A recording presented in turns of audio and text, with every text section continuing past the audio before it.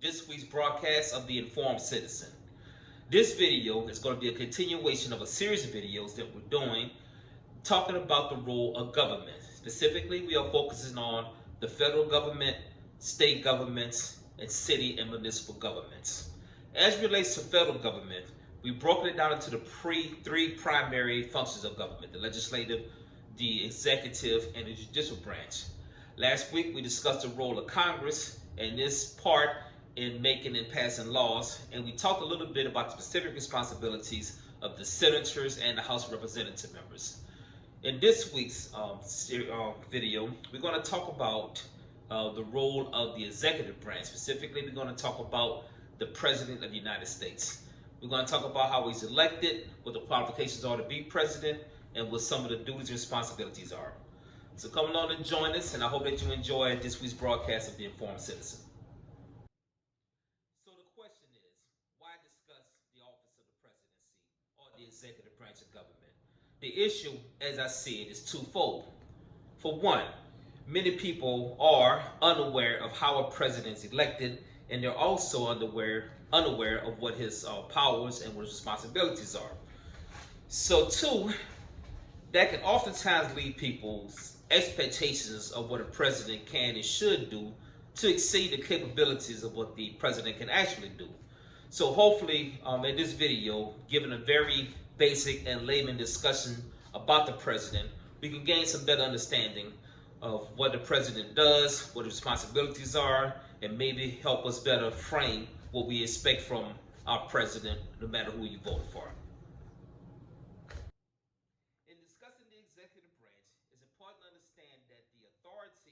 For the executive branch comes from Article 2 of the U.S. Constitution. Article 2 of the U.S. Constitution specifies the responsibilities and powers of the president. It defines how a president is elected, it defines the qualifications for being president, and it describes how a president is removed from office. So just as with our other two branches of government, the legislative and the judicial branch, the authority and the consent comes from our U.S. Constitution.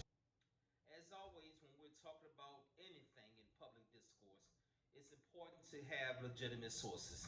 So for this talk, the information that I got this from comes from whitehouse.gov and usa.gov. Those are two very good legitimate sites that has a lot of information and content that you can go to and look up just about anything you want to know about the president and the USA government in general.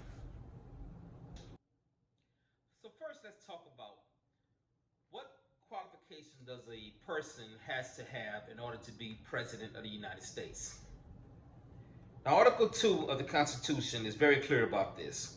It says, no person except a natural-born citizen or a citizen of the United States at the time of the adoption of this Constitution shall be eligible to the office of president.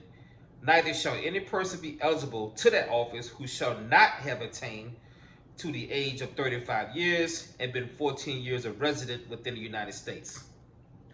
So it makes it pretty clear. You need to be a citizen, natural-born citizen of the United States for at least 14 years, and you have to be at least 35 years old.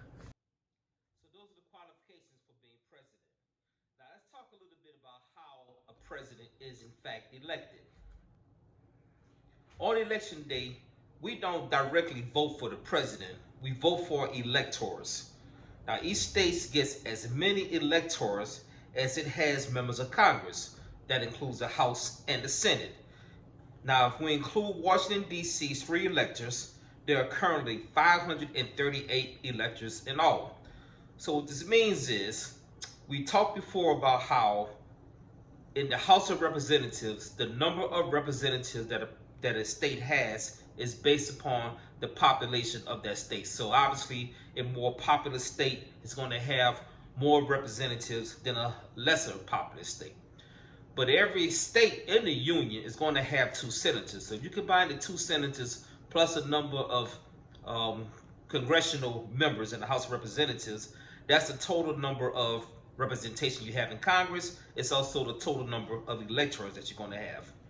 Now, in order to win the office of the presidency, you need to have 270 votes, because currently, if you add up, as stated before, Washington, D.C.'s 3 electors, they don't have any senators because it's not a state, it's a district. The entire nation comes to 538 total electors in all. 270 is more than the half that you need. The actual elector count, though, happens in mid-December. So we all go to the polls on that first Tuesday in November every 4 years, and we vote for a president. But the actual elector count happens in mid-December. And then once that count happens, it gets certified in January.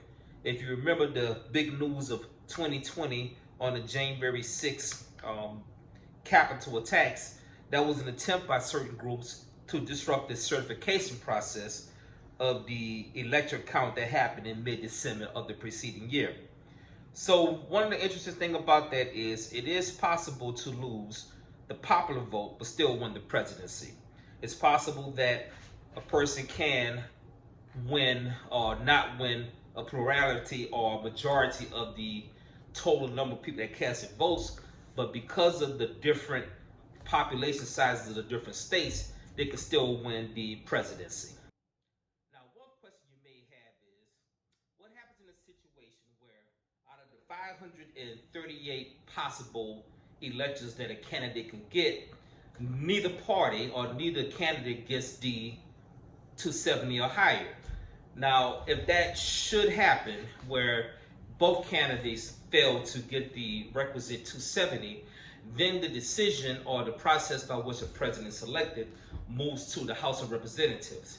In that situation, the top three people who were running for president is going to be voted on by the members of the House of Representatives. After that, the final two remaining candidates, that decision will move to the Senate, where they will pick the vice president. Unfortunately, that's a very rare thing. As a matter of fact, it only happened one time. It happened in 1824 when the House of Representatives elected John Quincy Adams as the president. So far, we talked about who qualifies to be president, how a president is decided in the United States, and what happens in the case where during an election there is not a clear majority of the available electors to become president. Now we're going to move into what are the specific responsibilities or the specific powers of the president that's outlined in the Constitution. The president shall be the commander-in-chief of the Army and Navy of the United States and of the militia of the several states when called into the actual service of the United States. He may require the opinion in writing of the principal officer in each of the executive departments upon any subject relating to the duties of their respective offices, and he shall have the power to grant reprieves and pardons for offenses against the United States, except in the cases of impeachment. He shall have the power by and with the advice and consent of the Senate to make treaties, provided 2/3 of the senators present concur. And he shall nominate, and by and with the advice and consent of the Senate shall appoint ambassadors, other public ministers and consuls, judges of the Supreme Court, and all other officers of the United States whose appointments are not herein otherwise provided for, and which shall be established by law. But the Congress may by law vest the appointment of such inferior officers as they think proper in the president alone, in the courts of law, or in the heads of departments. And finally, the president shall have the power to fill up all vacancies that may happen during the recess of the Senate by granting commissions which shall expire at the end of the next session. So as you can tell, the authority of the president is quite extensive. However, we do live in a system of checks and balances, so there is some limitations on what a president can and can't do.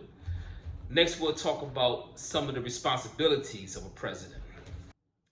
So that was some of the authority and powers of the president. But what about some responsibilities of the president, those things that he must do as mandated by the Constitution? Article 2 says, he shall from time to time give to the Congress information on the state of the Union and recommend to their consideration such measures as he shall judge necessary and expedient. He may on extraordinary occasions convene both houses of either of them, and in the case of disagreement between them with respect to the time of adjournment, he may adjourn them to such time as he shall think proper. He shall receive ambassadors and other public ministers. He shall take care that the laws be faithfully executed, and shall commission all officers of the United States. So the responsibilities of the president is almost as extensive as his powers and abilities. Now, we know that as the head of state, often the president is the one, you may have noticed on the news, who receives, royalty, heads of states, ministers, ambassadors from other countries. He's also, if you may have noticed, the State of the Union that happens after a president is elected, where he talks about how the union is, how the United States is doing, and what his policies going forward is going to be. And it's also a time where he makes an appeal to legislators and the public to help support the president's agenda. Also, and as a member of the United States military, an interesting thing is that the president is the one who commissions all commissioned officers in the United States. So if you know anything about military structure, you know that there are enlisted men, there are commissioned officers, and then there is the President of the United States. So commissioned officers get their authority from the president, and non-commissioned officers, those are sergeants and corporals, in the case of the United States Army, gets their authority from the commissioned officers. So ultimately, all authority and leadership positions in the military flows from the president. So finally, the role of the president is to, if you remember from last week's discussion, he is a participant in the legislative process. Now, if you remember, in order for a bill to become a law, it must pass the House of Representatives and it must pass the Senate, in which case the president signs the bill into law. Now, the president obviously has a lot on his plate. He's got a lot of different aspects of a society that he has to deal with. And to help him with this, we have the cabinet. Now, the cabinet is 15 departments headed by secretaries and attorney general. Also includes the vice president of the United States and several department heads of agencies who run certain domestic and foreign policies in the United States, and by the White House Chief of Staff. So between all of these executive heads of departments, advisors, counselors, and the vice president, all of these people work together to help the president effectively govern. So that's going to do it for our discussion about the president and the executive branch. I want to thank you for joining me this week for the Informed Citizen. Moving forward, I hope that you've learned something about how the executive branch work, and I hope that this type of knowledge will help you when you're engaged in political discourse on these matters. Until next week, I want to thank you, and I'll see you next time on the Informed Citizen. Good night.